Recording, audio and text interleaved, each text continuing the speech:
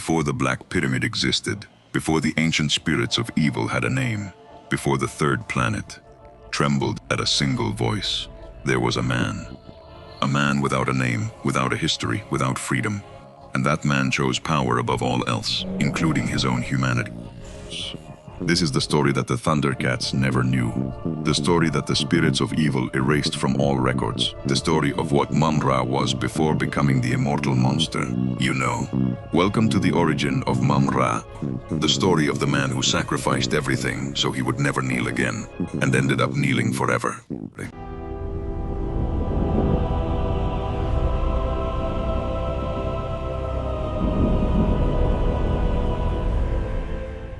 In the year 3000 before the Common Era, there was a civilization that believed itself to be eternal. Pyramids that touched the sky, temples that defied time, an empire so powerful that its kings called themselves gods. But beneath all that glory, there were slaves. Hundreds of thousands of men and women who carried every stone, dug every tomb, built every monument, and didn't even have the privilege of having their own name. In that world, there was a boy history almost forgot. His parents had been born slaves, his grandparents too, and his children, if he ever had any, would be slaves as well. That's how that world worked. That's how it had always worked. The overseers called him Wa, just Wa. Not because that was his real name, but because it was shorter and easier to shout when they needed him. Wa, get up. Wa, work. Wa, be quiet. Since he was a child, Wa did something that no slave in his position should have ever done. He learned to read. It wasn't intentional at first. He watched the slaves, palace scribes, draw the hieroglyphs on the walls. He memorized the symbols in silence. He drew them in the sand with a finger. At night, when no one was watching, because if anyone had discovered it, death would have been the least of the punishments. For a slave, knowing how to read was a crime against the divine order. It was daring to touch something that the gods had reserved for the chosen ones. But Wa couldn't stop. There was something in those symbols. Something that told him the world was bigger than what he had been allowed to see. The years went by like that. The boy became a young man. The young man learned not only to read, but to understand the oldest texts. The ones that spoke of powers older than Egypt itself. The ones that named beings who existed before the gods. Texts that even the priests themselves considered too dangerous to speak aloud. One day, while moving rubble during an excavation at the foot of the pyramids, Wa's hand struck something different, a stone that resonated when touched, not like the others. This sound came from inside, from something hollow, from something that had waited centuries to be discovered. What he found beyond that stone altered an entire planet's fate. Wa spent the whole night in the chamber, without sleeping or eating. He read every symbol on the walls with trembling hands. What those texts said would change everything he thought he knew about the world. The ancient evil spirits weren't the gods of the great river or the gods of light. The priests hailed at dawn. They were older, beings from the universe of sound, a species of noise, before any civilization existed. Entities of absolute power that watched the world from a plane of existence where time had no meaning.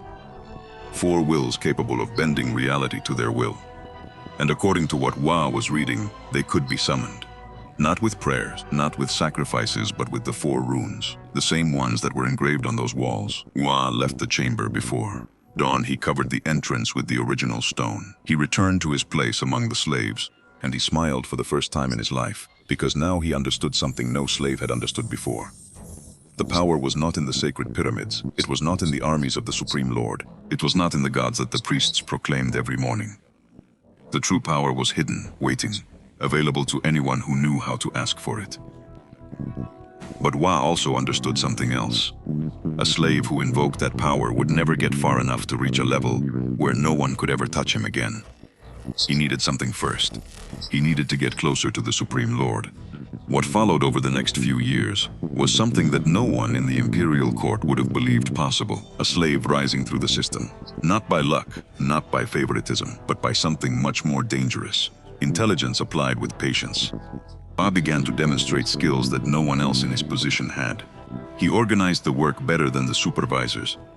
He solved construction problems that made the palace engineers sweat.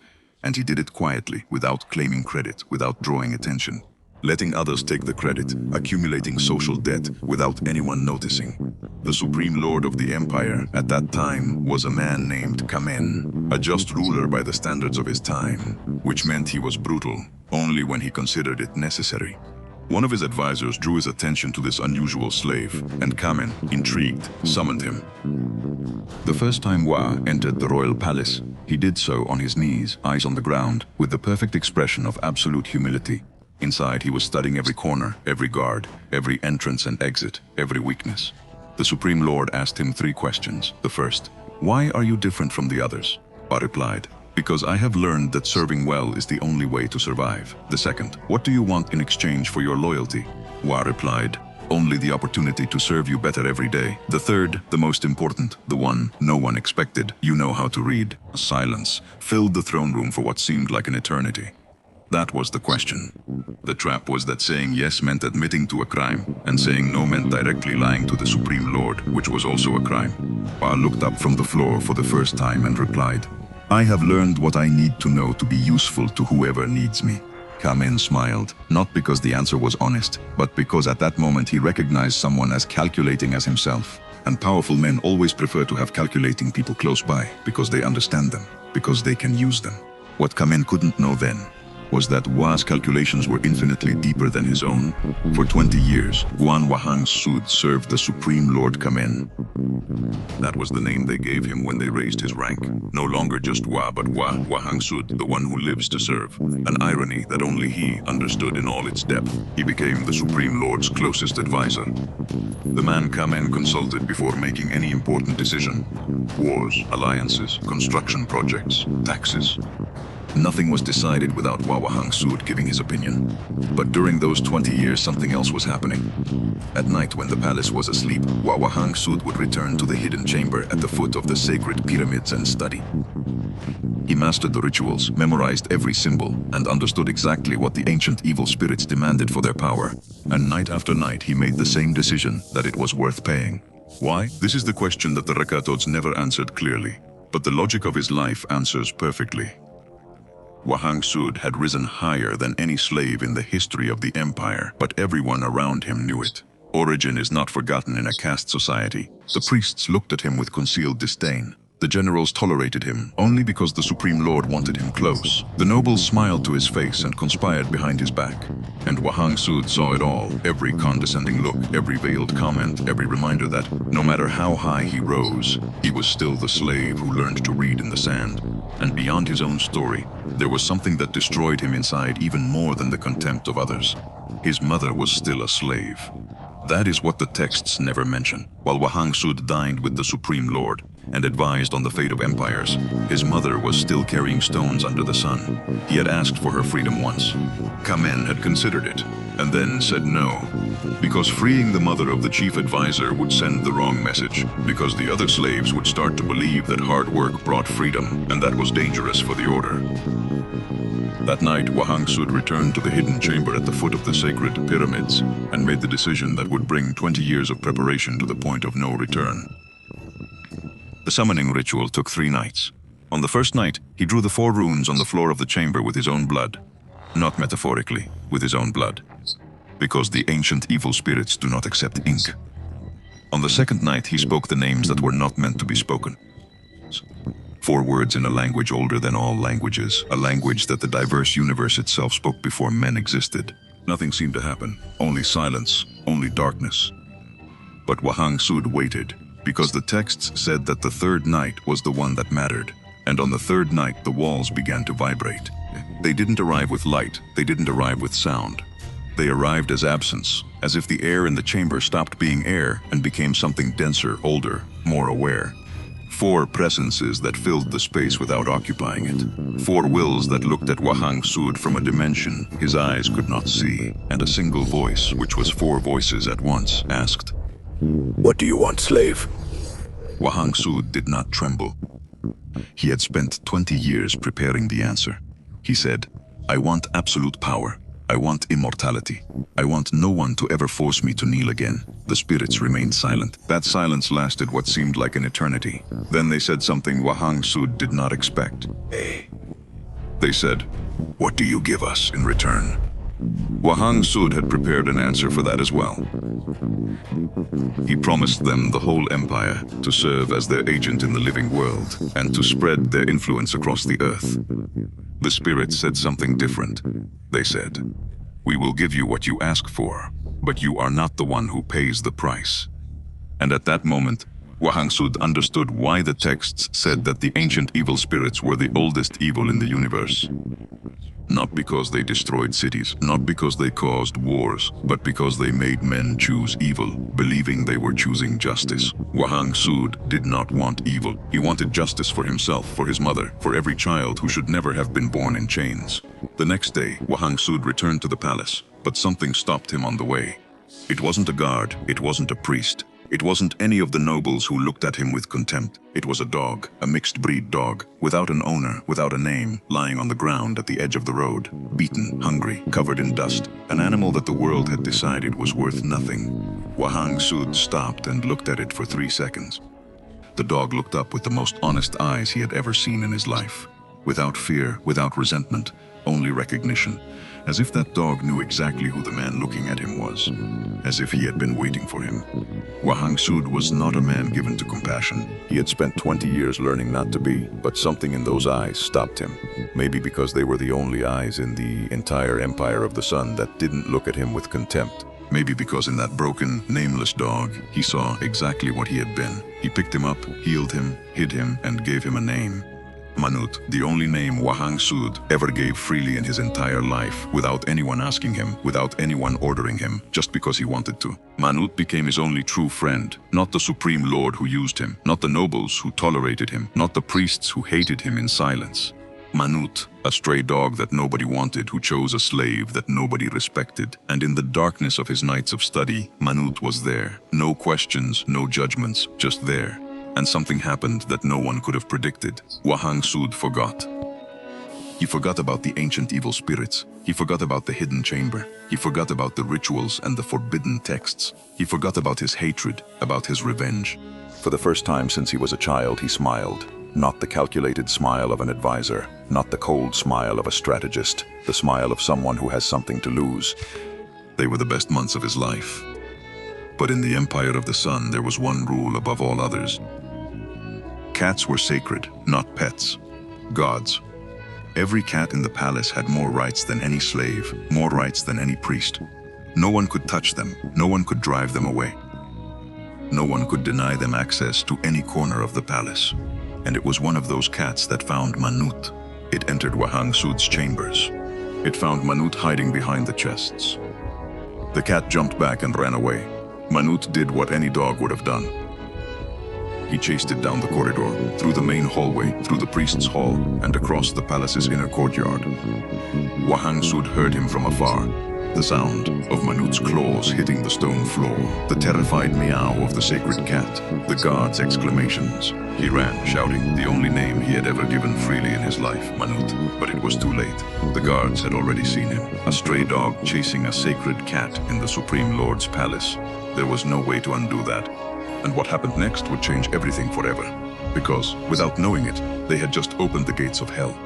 The guards surrounded Manut, not with urgency, not with fear, but with mockery. An ugly, worthless mongrel, chasing a sacred animal in the Supreme Lord's palace. They laughed at him. They pushed him with their spears, called him by the worst names they had. And Wahang Sud saw it all, unable to do anything, because in the Empire of the Sun, a cat was worth more than 20 years of loyalty. And summoned him to the throne hall. He wasn't angry, he was never angry, he was cold. Wahang Sud entered the hall for the last time, and for the last time begged for mercy. And his mother, not himself. He told him he won wars with his strategy, built monuments with his ingenuity, served 20 years without asking for anything, and now asked for only 2 things. Stood up from the throne and struck him. Not with anger, but with correction, like you correct someone who hasn't learned the lesson. He reminded him he was already a priest of the empire and should stop acting like a slave, as someone of his rank couldn't tie himself to a stray dog. Then he said something else, something Wahang Sud did not expect. He told him that he would no longer have to worry about his mother, that she had died 3 weeks earlier, carrying stones under the sun, as she had lived, nameless, without anyone reporting it, without anyone considering that her son should know. Wahang Sud said nothing. He left the throne room and went to the only place he could go. The slave cemetery was a field without names, without markers, just rows of disturbed earth that no one visited, thousands of people buried as if they had never existed. Wahang Sud walked among the rows until he found the freshest earth, knelt down and reached out to touch it.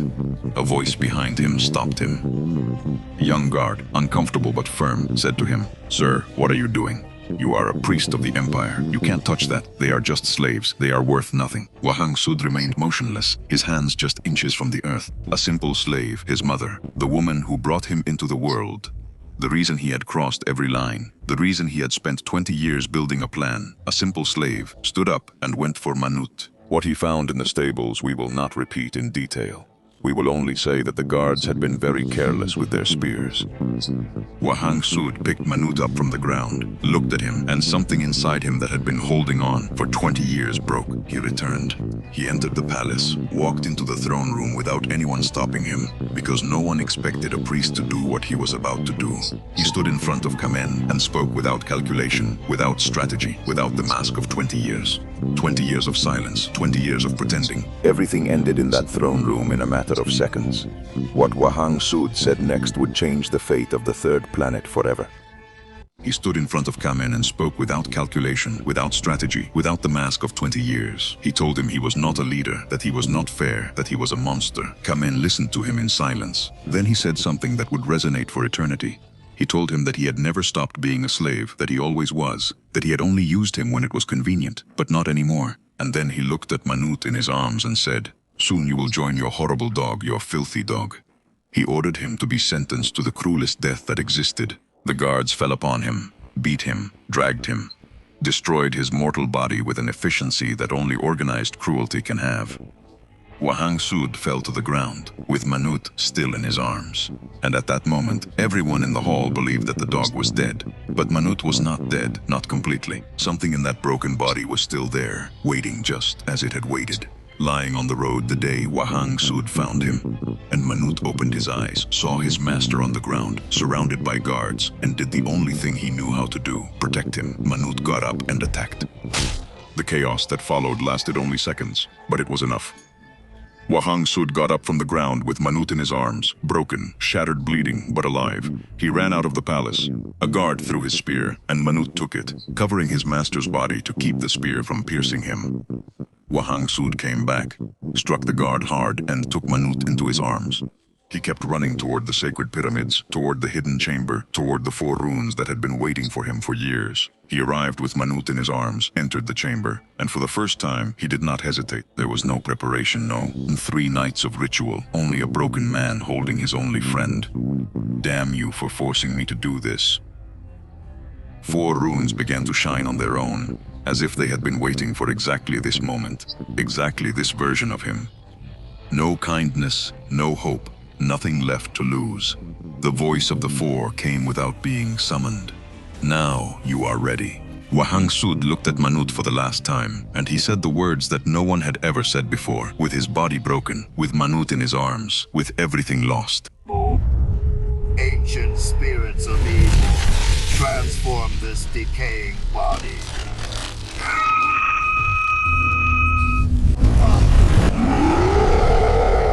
What happened next has no name in any language. All we know is that when dawn came, the chamber was empty. The runes on the walls had stopped glowing, and somewhere between the sacred pyramids and the horizon, 2 beings who were no longer what they once were began to walk toward their destiny. Wahang Sud no longer existed, but had been born, and Manut opened his eyes for the second time. They were no longer the eyes of the stray dog that nobody wanted. They were the eyes of something immortal, something dark, something that belonged to the same united eternity as his master. 2 outcasts, 2 nobodies, 2 beings the world had decided were worthless, together forever in darkness, and thirsty for revenge, and 4 sacrifices to fulfill. That night, the Empire of the Sun saw something it had never seen before. Not an army, not an invasion, not a war. It saw a god, a real god, without prayers, without temples, without priests proclaiming him every morning. Only absolute, unstoppable, eternal power. Mumm-Ra arrived at the Empire of the Sun as what he was, the consequence of everything they had done. The walls that had taken generations to build fell in seconds. The armies that had won wars all over the known world didn't last even a minute. The priests who had proclaimed their gods of light every dawn fled without uttering a single prayer, because their gods of light did not answer. Mumm-Ra walked through the Supreme Lord's palace, alone, unhurried, with no need to run, because no one could stop him. No one. He reached the throne hall. The same hall where he had first entered on his knees 20 years ago. The same hall where he had served for 2 decades without asking for anything. The same hall where they had told him his mother was just a simple slave. The same hall where they had beaten him, where they had condemned him, where they had destroyed him. Kamen was there, no longer on his throne, on the floor on his knees. The Supreme Lord of the most powerful empire on the 3rd planet was kneeling before the creature that had once been his advisor. Mumm-Ra looked at him in silence. Kamen looked up and begged for mercy. He said that he had been a good servant, that he had served loyally, that he deserved a dignified death. Mumm-Ra listened to every word, without moving, without expression, without anything. Then he knelt in front of him, not because of his mission, but to be exactly at his level so that Kamen could look him in the eyes. And he told him something that Kamen recognized instantly, his own words. Slaves will always be slaves, no matter how much they rise, no matter how much they serve. And then he said something else. Thank you for teaching me that lesson.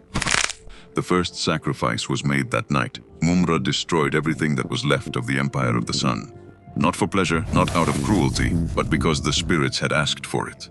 Because no one could remember that Wahang Kusut had existed. No one who could say that before becoming Mumm-Ra, he had been a man, a slave, without a name, without a history, without freedom, just like his mother. When the sun rose that morning, the Empire of the Sun no longer existed. Only ashes remained, and an immortal creature walking among them, searching for something that was no longer there. He had already made the second sacrifice before the previous dawn, with something that will never have a name. The third was carried out by the spirits themselves. The first 3 sacrifices had destroyed his past, his humanity, and his name. Wahang Kusut no longer existed. No one would remember him. No one would know he was ever human. Only Mumm-Ra would exist. But the ancient spirits of evil had not yet claimed the final price, and that price was the most devastating of all. Mumm-Ra walked among the ashes of the Empire of the Sun, with only Manut by his side. For the first time in his existence, he felt something he had never felt before, absolute power. Not the power of the advisor who moves pieces from the shadows. Not the power of the priest who interprets forbidden texts. Real, unlimited, total power. And that power made him thirsty for more. He wanted everything, every corner of the 3rd planet, every civilization that existed, every being that breathed in that world, all under his shadow. And from the heights, he saw something that no human being had ever seen before. The entire 3rd planet, its mountains, its oceans, its civilizations hidden among the forests and the stones. Peoples who had never known the Empire of the Sun. Races that lived under the yoke of someone more powerful. Beings who were born, lived, and died as slaves. And Mumm-Ra landed as what he was, the new lord of the 3rd planet, with a rule that everyone understood from the very first day. Total freedom for everyone, without exception. But anyone who tried to subjugate another would pay the price with their own existence. No trials, no appeals, no mercy. That's how Mumm-Ra ruled the 3rd planet. The native peoples feared him, but they also respected him. Because under his shadow, no one was anyone's slave. The Berbils built their villages in peace. The primitive men stopped warring among themselves. The races that had lived for centuries in conflict learned that the alternative to peace was Mumm-Ra, who had the power to destroy an entire civilization in just one night, and that was enough. The 3rd planet had never been so free, nor so terrified. But the ancient spirits of evil watched everything, and what they saw filled them with something they had never felt before, fear. Their most powerful tool had dominated an entire planet in weeks, without their help, without their instructions, without asking their permission. It ruled better than they did, with more efficiency, with more legitimacy. And if it could dominate an entire planet in weeks, what could it do in years, in centuries, in the eternity it had ahead? The ancient spirits of evil realized something they had never anticipated. Their most powerful tool was about to no longer need them, and a slave who doesn't need his masters ceases to be a slave. So they acted. Not to punish him, not yet, but for something smarter to trap him. They offered him something that no being in the universe had ever received before. Something greater than the power of a planet. They offered him the power of the entire universe. Not the power of a planet, not the power of an empire, the power of everything. They told him that there was a way to obtain it. A structure that would concentrate all the energy of the universe into a single point. A pyramid not made of stone, white, black, with 4 colossal statues that would amplify its power beyond any known limit. A central chamber from where he would rule not only the 3rd planet, but everything that existed beyond it. I heard them, and something in him wanted to doubt, because the man he once was, the one who learned to read in the sand at night, knew that the ancient spirits of evil never give anything without taking something in return. But the power he felt in his body was real. The headquarters was real, and the promise sounded perfectly designed for someone who had spent his whole life without power. So he built. The spirits guided him beyond the known 3rd planet, to a place that didn't appear on any map. A corner of the world where the darkness was denser than anywhere else. And there, stone by stone, with his own hands, Mumm-Ra built the Black Pyramid. Each stone placed with superhuman precision. Each statue positioned exactly where the spirits indicated, each symbol engraved on the walls of the central chamber. When the last stone was in place and when the 4 statues of the spirits were perfectly positioned, the spirits told him that absolute power was almost ready, that he had to enter the central chamber, lie down in the stone sarcophagus, erges, and wait for the power of the universe to come to him, that when he opened his eyes he would be the most powerful being in all existence, without limits, without conditions, without masters. Entered the chamber, lay down in the sarcophagus, and closed his eyes. What happened next has no name in any language. We only know that when he opened his eyes, something had changed forever. The immortal power he had carried in his body had consumed his physical form from within. The skin that was once human was now dead, dry, gray tissue. Bandages that no one had put on began to wrap what was left of his form. The being who had destroyed an empire in a single night, who had ruled an entire planet, was now a living mummy, weak and decayed. Barely able to move, and the voice of the 4 came cold, satisfied, without any hurry. They said, You wanted eternal power. The limitless power, the power of the gods. But that power was not meant for someone who forgets their masters. Your ambition to rule has only condemned you to remain like this forever. And then they told him what he had to do to regain his powerful form, to escape that fallen shell.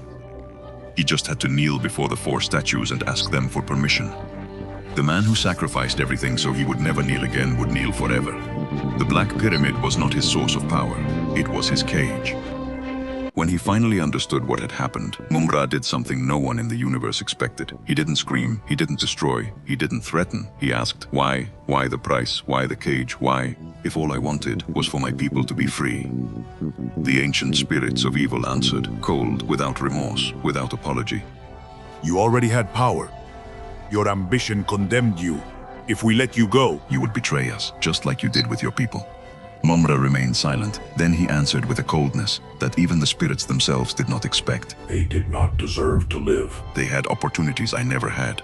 Those who were born free could have changed everything, but they kept repeating it over and over, generation after generation, to eradicate a plague. They all have to be eliminated.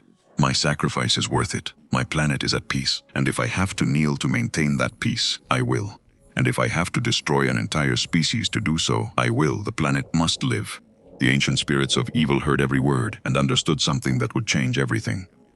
Their tool was not just powerful, it was dangerous in a way they hadn't anticipated. He had principles, and an immortal being with his own principles is an extremely dangerous slave, impossible to control, and capable of unleashing chaos at any moment. So the final conditions were established. Mumm-Ra's immortality would eternally depend on his sarcophagus in the Black Pyramid. Without it, he would die. His fallen form would have basic powers, enough to exist, enough to move, but to access full power. To transform into Mumm-Ra, the ever-living, he would have to invoke them. Kneel, speak the words, and they would decide how much power to grant him and for how long. And for how long? Never indefinitely, never without limit, always with an expiration date, always reminding him who was the master and who was the slave. Mumm-Ra accepted, not because he had no choice, but because he understood something the spirits would never fully comprehend. that a slave with a purpose is more dangerous than a god without one, and his purpose was the third planet. So the centuries passed, Mumm-Ra in his pyramid. The third planet free under his rules, the native peoples living without chains. Until one day, the spirits woke him up. They told him that something was coming. A spaceship, large, bright, completely out of place in the sky of the third planet. And on board were creatures that were not human. Felines.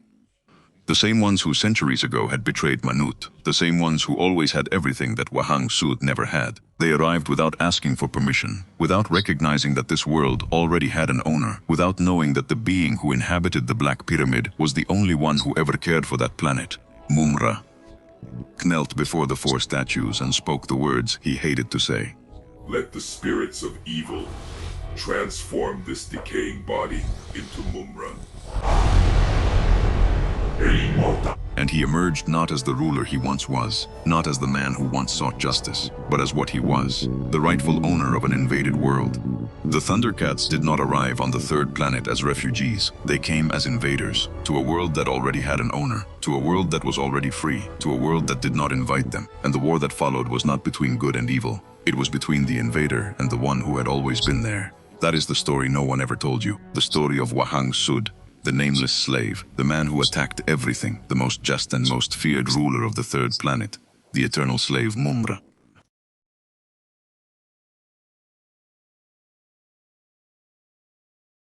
Architectural structures, but in ruins. So there was some kind of civilization on this ridiculous imitation of a planet.